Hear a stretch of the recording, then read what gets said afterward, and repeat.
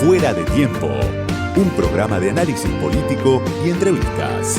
Una mirada propia. Fuera de Tiempo. Con Diego Genú. Hasta la medianoche, en Radio Con Voz 899.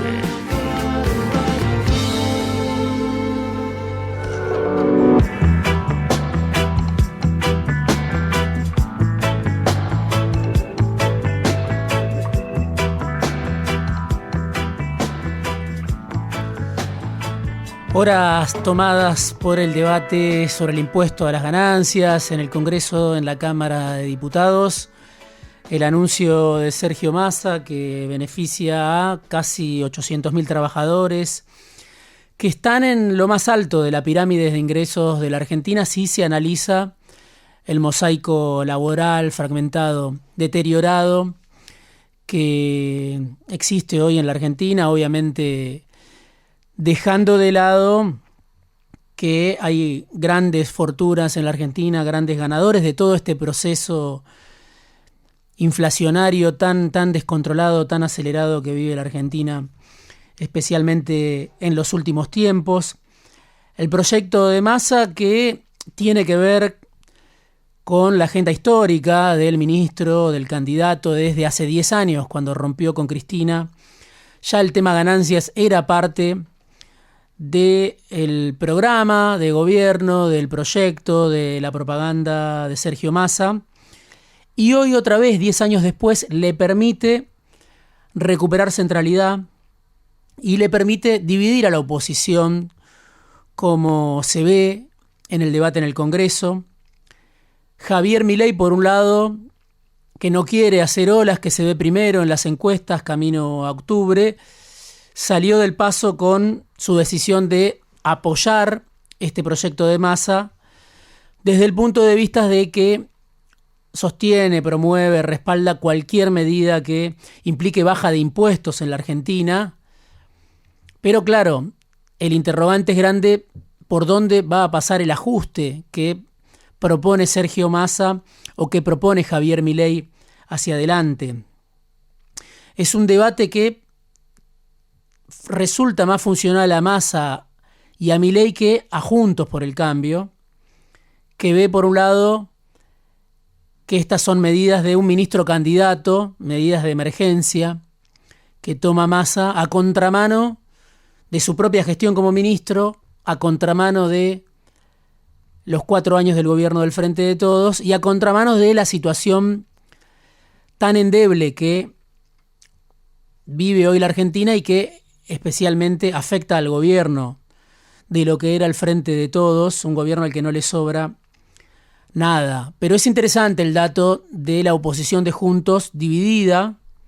No es solo un debate filosófico o tributario, tiene que ver también con el posicionamiento político hacia adelante de los distintos actores que en su momento se reunieron como parte del rechazo a Cristina, cuando surgió Cambiemos, cuando surgió Juntos, y que en este momento, en esta instancia, cuando no se sabe qué va a pasar después del 22 de octubre, ofrece indicios de un nuevo mapa de poder que puede surgir. Massa logra partir a la oposición, llevarse una parte de la oposición, de cara a un eventual gobierno que lo tenga como presidente, que lo tenga en la Casa Rosada. Saborea así una victoria en un contexto que sabemos es muy delicado para el ministro candidato, y ya piensa incluso en cómo gobernar con la mitad de Juntos adentro. Sergio Massa, los sponsors que tiene Massa, el peronismo que respalda Massa, porque a través de Emiliano Jacobiti, un dirigente radical con mucho poder en la Universidad de Buenos Aires, a través de Martín Lustó, a través de Horacio Rodríguez Larreta, que parece ausente o parece estar acompañando a Patricia Bullrich, pero todos saben es íntimo amigo de Massa. A través de esas conexiones, Massa, la Cámpora, imaginan la posibilidad de un gobierno de unidad nacional, con Massa como presidente. Claro, estamos hablando de una situación imaginaria por el momento. No sabemos cuál va a ser el resultado del 22 de octubre, no sabemos si habrá balotaje, no sabemos si Massa va a ser presidente o no, pero en estas horas el debate que provocó ganancias en la vieja oposición, en la oposición de Juntos, ya partida al medio, dividida desde hace mucho tiempo, entusiasma al candidato y al ministro. Y es un triunfo para Massa sin duda porque logra, por un lado, disociar esta escena del cuadro de fragilidad extrema que envuelve a un gobierno que lo tiene en lo más alto, a Massa, sin dólares, atado al fondo, con una inflación demencial como la que vive hoy la Argentina. Y Massa, sin embargo, logra disociar esas dos escenas. Además logra el ministro candidato disociar un triunfo en el Congreso con un proyecto que tiene que ver con su agenda histórica de los resultados que viene sufriendo el peronismo en las provincias. El de Chaco, la derrota de Capitanich hace apenas unas horas, es el último de 6 derrotas importantes para el peronismo en provincias, algunas de ellas muy importantes, en las cuales el peronismo venía gobernando desde hace muchísimos años, porque a Chaco hay que sumarle, por supuesto, Santa Fe, hay que sumarle Chubut, hay que sumarle la derrota del kirchnerismo en Santa Cruz, la derrota de Rodríguez en San Luis, la derrota de Uñac en San Juan, en un escenario donde el peronismo también gana provincias, pero pierde más de lo que gana. Y eso hace presumir a la oposición, a Milei, incluso a Bullrich, de que Argentina enfrenta una ola de rechazo a toda forma de peronismo. Habrá que ver cómo eso se traduce en el 22 de octubre. Ya vimos cómo tuvo su traducción el 13 de agosto. Habrá que ver hacia adelante porque lo que gana Juntos a nivel de las gobernaciones lo ganó Milei a nivel de la pelea presidencial. Segunda victoria de Massa cuando gana el debate por ganancias o logra dividir a la oposición o logra traer a Milei a la izquierda detrás de su agenda, cambiar la conversación. Massa tiene varias victorias simultáneas porque logra además disociar este presente de la catástrofe inflacionaria que vive la Argentina. El dato de la semana pasada, la inflación interanual, que está en 124% y es una inflación de Massa como ministro. Massa logra disociar al candidato que hoy genera esperanza en ciertos sectores del ministro que tiene estos números de inflación descontrolada, una obra del propio Massa, pero no en un contexto de inflación global como el que hubo a la salida de la pandemia. Por ejemplo, es obra de Massa el 124% interanual y no de la inflación global. Es obra de Massa y no de la falta de apoyo político. Es obra, en todo caso, podrá decir alguien dentro de lo que era el Frente de Todos, de los ganadores de la gestión Massa que provocaron una brutal transferencia de ingresos en favor de sectores concentrados de la economía en los 13 meses que lleva Massa como ministro y, por supuesto, desde antes también, porque todos saben que los problemas no empezaron con Massa, aunque sí se acentuaron y mucho. El dato de inflación lo muestra, 80,2% en 8 meses del año 2023. Se dijo muchísimo, hay que remontarse a agosto de 1991 para tener un número más alto, a la salida de la hiperinflación, camino a la convertibilidad, con una inflación de alimentos y bebidas que fue del 15,6% y del 133% en el último año. Por supuesto, son números que traducen al mundo de la estadística el terremoto que vive en la vida cotidiana la mayor parte de la población que tiene que ir a votar el 22 de octubre. ¿Es el pasado este cuadro de inflación sin freno que muestran las cifras del INDEC? ¿Lo que viene es distinto? Bueno, por supuesto es una pregunta central y es central saber cómo se la van a responder las personas que van a ir a votar el 22 de octubre. Para Ecolatina, último informe de hace unas horas nada más, no es parte del pasado esta inflación de 12,4 en agosto. Dice Ecolatina, la consultora que en su momento fundó La Baña, que septiembre anticipa otro pico previo a las elecciones de octubre. Muy pocos días antes de ir a votar vamos a tener un índice de inflación también muy elevado. Para Ecolatina el impacto no terminó. Y la inflación de la primera quincena de septiembre fue de 15,3% en el Gran Buenos Aires, donde está el núcleo del votante histórico del kirchnerismo. Se supone que hay una desaceleración, va a haber una desaceleración en la segunda quincena de septiembre, pero Ecolatina prevé una inflación de septiembre por encima del 11%. La vamos a conocer, como decía, una semana antes de ir a votar. Y después todo el cuadro, cito Ecolatina, pero podría citar otras consultoras. Ecolatina habla de fragilidad macroeconómica, ausencia de anclas para frenar la inflación, incertidumbre electoral. Todo eso le da un pronóstico de una inflación que va a cerrar en la zona del 170% de no mediar nuevos shocks, según Ecolatina. Para el gobierno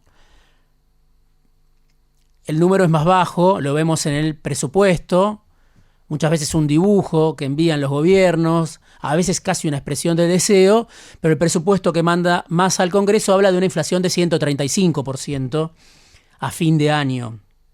De todas maneras, es un récord histórico. En ese contexto es que Massa está anunciando la mejora para los trabajadores que pagaban ganancias, la devolución del IVA, medidas para sectores desfavorecidos a través de la AFIP.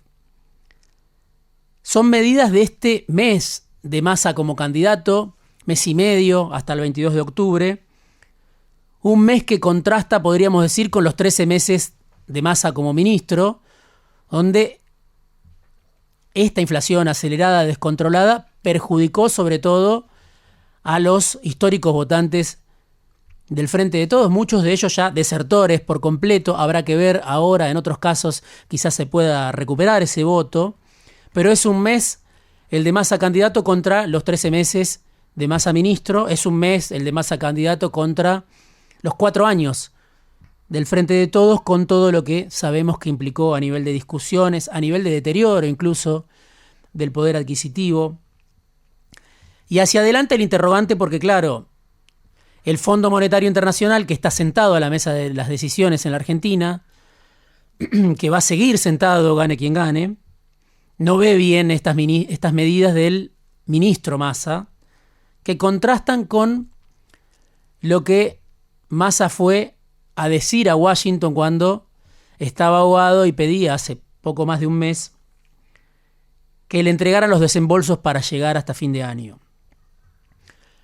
Así todo, vemos la capacidad del ministro de cambiar la conversación, de no hablar de estos temas, esperando la reaparición de Cristina, que puede ayudar para los votantes de los conurbanos de todo el país, para los votantes históricos de lo que fue alguna vez el Frente para la Victoria.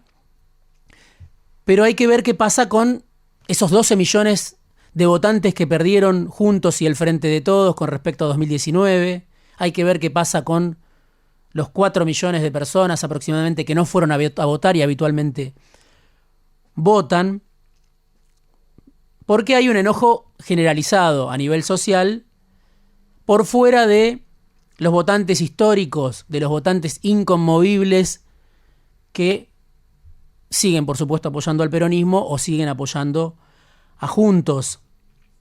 Lo decía en una nota en la Política Online la semana pasada, indecisos eran los de antes porque para muchos este contexto habla de que incluso los que van a ir a votar, no fueron a votar en agosto, pero van a ir a votar en octubre, bueno, registran este enojo, este deterioro en la vida cotidiana y este enojo con la política. Aparece Bullrich, claro, licuada en la avenida del medio que en algún momento quiso ocupar Massa, y por el otro lado está Milei, un Milei que busca dosificar sus apariciones, que hoy a la mañana estuvo en el Club de Petróleo con Alejandro Bulgeroni, uno de los dueños, accionistas principales de Pan American Energy, que lo presentó diciendo que había que escucharlo, que es alguien que está pensando en el futuro. Importante porque Alejandro Bulgeroni es un empresario, parte del elenco estable del poder en la Argentina, ligado al radicalismo, y sin embargo hoy le abrió la puerta a Milei pidiendo que se lo escuche en el Club del Petróleo, en un hotel en el centro de Buenos Aires. También Eduardo Constantini, dueño de Nordelta, dueño del Malva, dice que va a votar a Milei. Dice ahora que Massa no es creíble, que Patricia Bullrich no tiene liderazgo. Es un círculo rojo que va virando hacia Milei, le abre la puerta, lo escucha de otra manera. Pero ese Milei que habla ante el poder, ante el establishment, es el mismo que, según me decía Federico Aurelio, y lo citaba en la nota de la Política Online, hoy está primero entre los que menos tienen. Javier Milei, en la elección del 13 de agosto, empató con el peronismo. Ahora está primero, según las encuestas de Aresco, una consultora que hace mediciones semanales para el gobierno, para la oposición. Y entonces también tenemos un Milei que apunta a disociar, como hace Massa en campaña. Milei busca disociar el ajuste descomunal, inédito, que plantea para la Argentina del impacto que puede tener ese mismo ajuste sobre sus eventuales votantes. Dice Milei, el ajuste lo va a pagar la casta, como si el pueblo pudiera salir indemne, la sociedad pudiera salir indemne de un ajuste de 15% del PBI. Busca Milei disociar sus promesas de la realidad, que pueden enfrentar los votantes que ven a la Libertad Avanza como una esperanza para salir de este ciclo largo de deterioro crónico, de este ciclo largo de padecimientos, de caída de poder adquisitivo.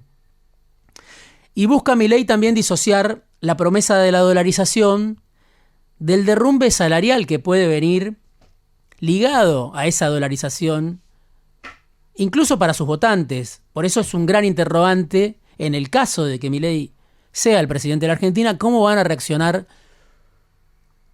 sus propios votantes. Y busca también Milei disociar su programa de gobierno de las consecuencias trágicas que tuvo la última experiencia que él reivindica, que es el menemismo, el proyecto de Menem y Cavallo, las consecuencias trágicas que tuvo para una parte de la población,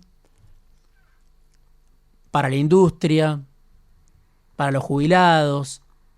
Tantas imágenes, ¿no?, que vuelven cada tanto de los perdedores del modelo menemista, que ahora muchos quieren reivindicar, no solo de Milei, también desde el peronismo se lo quiere reivindicar. Claro, Milei es posible gracias a estos dos gobiernos de distinto signo que se alternaron en el fracaso, a estos niveles de inflación,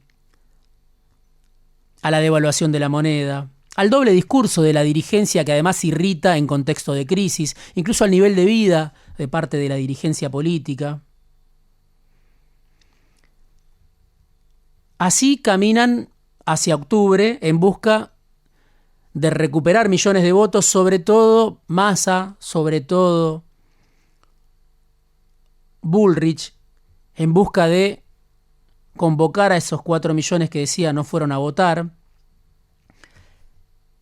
en el medio de una gran operación de disociación. Bullrich del gobierno de Macri, de su propia experiencia como ministra de la Rúa, Massa de su propia gestión como ministro de Economía, Milei de la reivindicación que hace del menemismo y del ajuste descomunal que propone. Y habrá que ver quién gana el 22 de octubre con este discurso, con esta estrategia que tiene algo en común. Gana el 22 de octubre el que puede generar una esperanza en una situación de extrema fragilidad como la que vive hoy la Argentina. Gana, en definitiva, el que disocia mejor. Fuera de tiempo. Una mirada propia. Diego Genú.